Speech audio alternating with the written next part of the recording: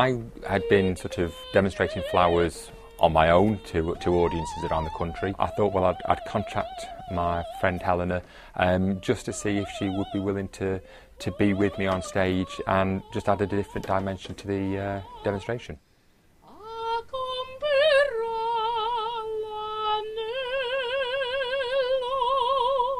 Music and flowers are at all occasions in one's life when you think about celebrations, weddings, christenings, even at sad times, funerals.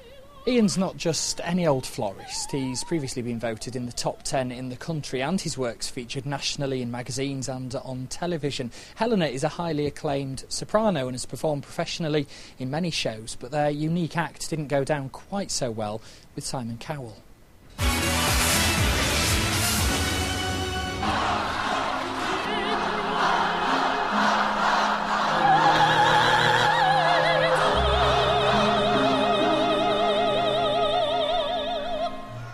It was definitely the hardest 2 minutes of my life.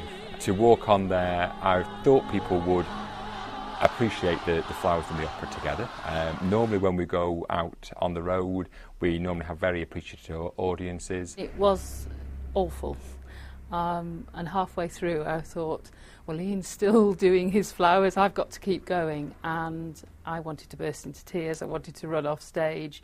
But the show must go on. It's like somebody saying, well, I'm going to dance and I'll eat fish and chips. That analogy was wrong because you've got two art forms there. I appreciate that, you know, he obviously didn't like it. I think he was just being perhaps very narrow that day, and maybe he'd been there a long time and maybe the audience had got to him, and he was feeling a bit grumpy that day.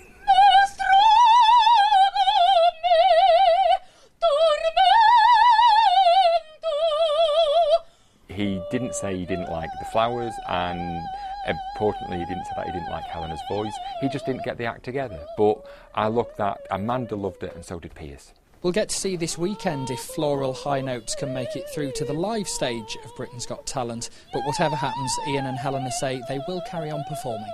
I'd love us to be able to sort of broaden our appeal. So it's not just the flower lovers of this world, it's the general public, either, you know, shows on our own, or even maybe sort of going to America or cruise ships, anything like that as well. We're hoping that we can then now take our show to the next level, and instead of just performing it to flower clubs, we can then take it to, you know, hire a theatre and take it to the general public. Yeah, we'll watch this space.